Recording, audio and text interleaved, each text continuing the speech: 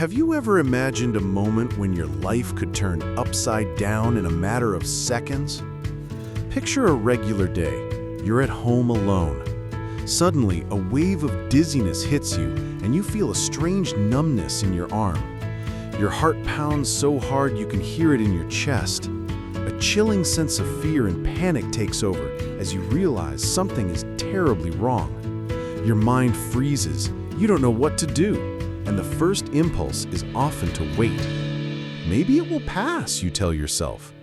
But that very hesitation could be a fatal mistake. In a stroke, every second is a war zone inside your brain. Brain cells start dying within minutes. The clock doesn't stop just because you're scared or uncertain. In that decisive moment, hesitation is the most dangerous choice you can make. It doesn't just steal precious time. It can rob you of your ability to walk, to speak, and even your life. This is not a story meant to frighten you, but a wake-up call. Today, we're not going to talk about abstract concepts or dry medical theories. We're going to dive into a life-saving plan that you can actually commit to memory. A plan you can execute even when fear threatens to paralyze you. It's your personal emergency script, the precise actions you'll take when every heartbeat counts. Because the more you prepare now, the less you'll have to think when it truly matters. The goal of this article is to give you not just knowledge, but a clear roadmap for action. A roadmap that can help you overcome fear, break through mental paralysis, and make calculated moves in the most critical moment of your life. We will explore why speed is a matter of life and death, and how you can transform your fear into decisive action to save yourself. Don't let your story end because of a lack of knowledge. Stroke, also known as a cerebrovascular accident, is one of the leading causes of death and disability globally. While many believe it's a disease of old age, the alarming reality is that the incidence of stroke in young people is on the rise. This is due to factors such as a sedentary lifestyle, unhealthy diet, obesity, and stress. The severity of a stroke depends on the location and extent of brain damage. When a part of the brain is deprived of blood and oxygen, nerve cells begin to die in massive numbers. The consequences are permanent and irreversible. For every minute that passes without treatment, an estimated 1.9 million brain cells are permanently lost. Each hour of delayed treatment can be equivalent to 3.6 years of brain aging. These are not exaggerated numbers, but facts confirmed by medical professionals worldwide. We must face the reality that in the fight against stroke, time is brain. This means that every second you save through swift action directly protects a vital part of your cognitive, motor, and speech functions. The difference between a person making a full recovery and one living with severe disability is often just a matter of minutes. Therefore, the misconception of waiting to see if it passes is one of the deadliest mistakes one can make. Moreover, understanding the signs of a stroke is the first step to acting quickly. Many people ignore the initial symptoms because they aren't obvious. A fleeting dizzy spell after a tiring day, a slight difficulty speaking after lunch, or a numb feeling in the arm upon waking up can be mistaken for exhaustion or lack of sleep. But these seemingly harmless signs are the alarm bells of a silent attack. By remembering and recognizing the symptoms, you can overcome fear and act in time. Always trust your instincts, and if you have any doubt, act. Believe in your ability, believe in the power of modern medicine, and believe in your own speed. That is the first step to winning this fight. When that first feeling of paralysis hits, you have only a few seconds to trigger the emergency response. This is the first and most critical action, which can set everything else in motion before it's too late. The moment you feel any unusual symptoms like a numb arm, dizziness, or a strange weakness in your face, grab your phone and dial 911, or the equivalent local emergency number, without hesitation. In stroke care, speed is everything. The worst mistake you can make is waiting to see if it will go away. When you call, you don't need to explain every detail perfectly. Just say the word stroke, provide your address as clearly as possible, and put the call on speakerphone so you can keep moving while help is on the way. Emergency dispatchers are trained to get critical information in seconds and alert medical personnel immediately. The precious minutes you save now could be the difference between a full recovery and permanent damage. If your speech is already slurred or you can't form words, don't hang up in frustration. Stay on the line. Even the sound of your breathing, background noise, and occasional groans can help them pinpoint your location. If you can slowly repeat, "help, stroke," that alone can trigger an emergency response. And if your phone is out of reach or you've dropped it, use your voice or any noise you can make. Yell, bang on a wall or the floor, knock over a heavy object. Anything that might alert a neighbor or a passerby. The goal is simple. Get help moving toward you while you still have enough strength to take the next step in your survival plan. This call is not just an action, it's a declaration. You are fighting for your life. Once you're sure that help is on the way, your next mission is to protect yourself from injury while you wait. A stroke can cause sudden weakness, dizziness, or even unconsciousness without warning. If you remain standing, you risk falling, hitting your head, or breaking bones. All of these can make an already dangerous situation far worse. Your safest move is to lower yourself down before your legs give out. If you can, slowly lower yourself to the floor, a bed, or a couch. Avoid sudden movements. Take your time, even if you feel panicked. Once you're down, lie on your side with your stronger side underneath you. This position helps you stabilize and prevents you from rolling onto your stomach or back if you lose consciousness. This is a safe position recommended by medical professionals that helps maintain stability and protect vital parts of your body. Tilt your head slightly back to keep your airway open, and use a pillow, folded blanket, or even a jacket to gently prop up your head and shoulders. This slight elevation can help reduce pressure inside your skull and keep blood flowing more evenly. Don't lift your head too high, just enough to be comfortable and safe. If you are near a door, think ahead. Unlock it now or prop it open so that emergency responders can access you without having to break it down. If you can't get to the door, position yourself where you can be easily seen, such as near a hallway or in front of a window. Finally, focus on stillness. Any unnecessary movement drains precious energy that your body needs to survive.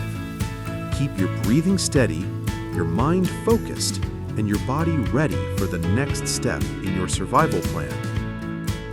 Once you are in a safe position, your next priority is to ensure that emergency responders can reach you without delay. Every second they spend breaking down a door or finding a way inside is time your brain cannot afford to lose. If you still have the strength, carefully move toward your front door and unlock it. Remove any chain locks, bolts, or security latches. If possible, open the door a few inches so that paramedics can enter immediately. For those in apartments or gated communities, keep your phone within reach.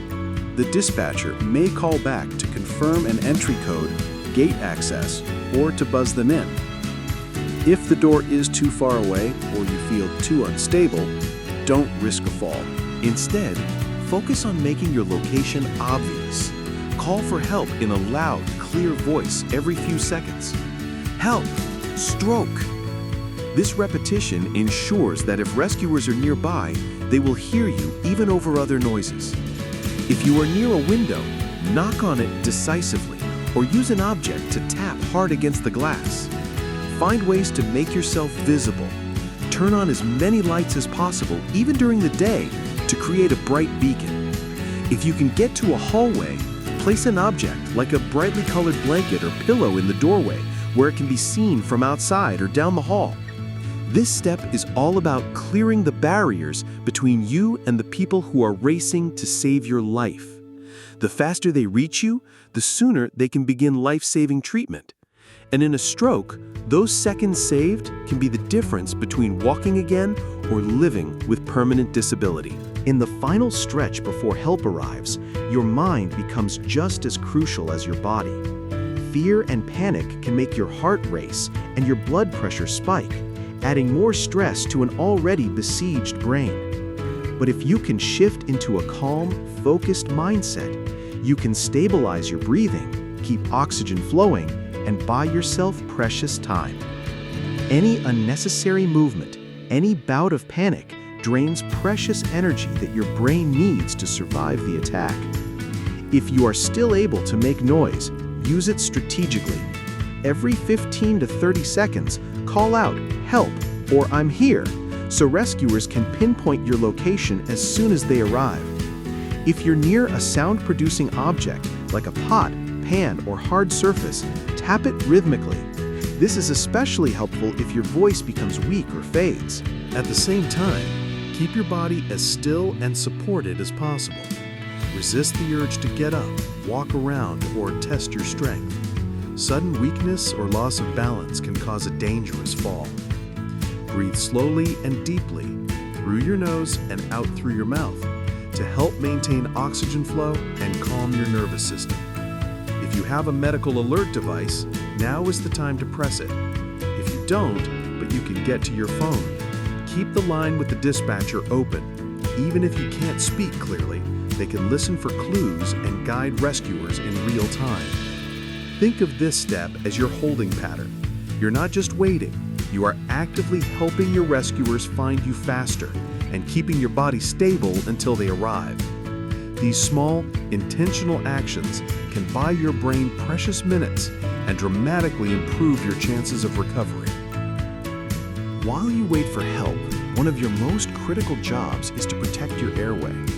A stroke can weaken the muscles in your face, tongue, and throat, making it harder to swallow or control saliva. If you are lying on your back, this weakness can cause fluid, saliva, mucus, or vomit to pool in your throat, putting you at risk of choking or self-obstructing your airway without even realizing it. The safest position remains lying on your side with your stronger side underneath and your head tilted slightly forward. This uses gravity to keep your airway clear and allows any fluid to drain out of your mouth and throat. If you start to feel nauseous, resist the urge to sit up quickly. Instead, let your head and shoulders roll forward so that fluid can exit naturally. Pay close attention to your breathing rhythm. Aim for slow, controlled breaths. Inhale through your nose, exhale through your mouth. Avoid shallow, panicked breathing, which wastes energy and can make you feel more dizzy. If your throat feels tight, consciously relax your jaw and let your tongue rest loosely to open the path for airflow. If you have dentures or any removable dental devices and can safely remove them, do so now. This reduces the risk of them becoming a choking hazard. Also, loosen any tight clothing around your neck or chest, such as a scarf, tie, or constricting collar, so that nothing restricts your breathing. Oxygen is the fuel your brain cells are fighting for right now. By keeping your airway clear and your breathing steady, you are buying those cells precious time. That time could mean the difference between recovery and permanent damage when help arrives. You may never need these steps, and I truly hope you don't. But if that moment comes, you won't stand in fear, frozen. You will know exactly what to do. And that confidence could be the reason you walk, talk, and smile again. One of the most dangerous things you can do during a stroke is to fall asleep or lose awareness before help arrives. When blood flow to parts of the brain is reduced or blocked, your body may try to shut down, but you must fight to stay awake and aware.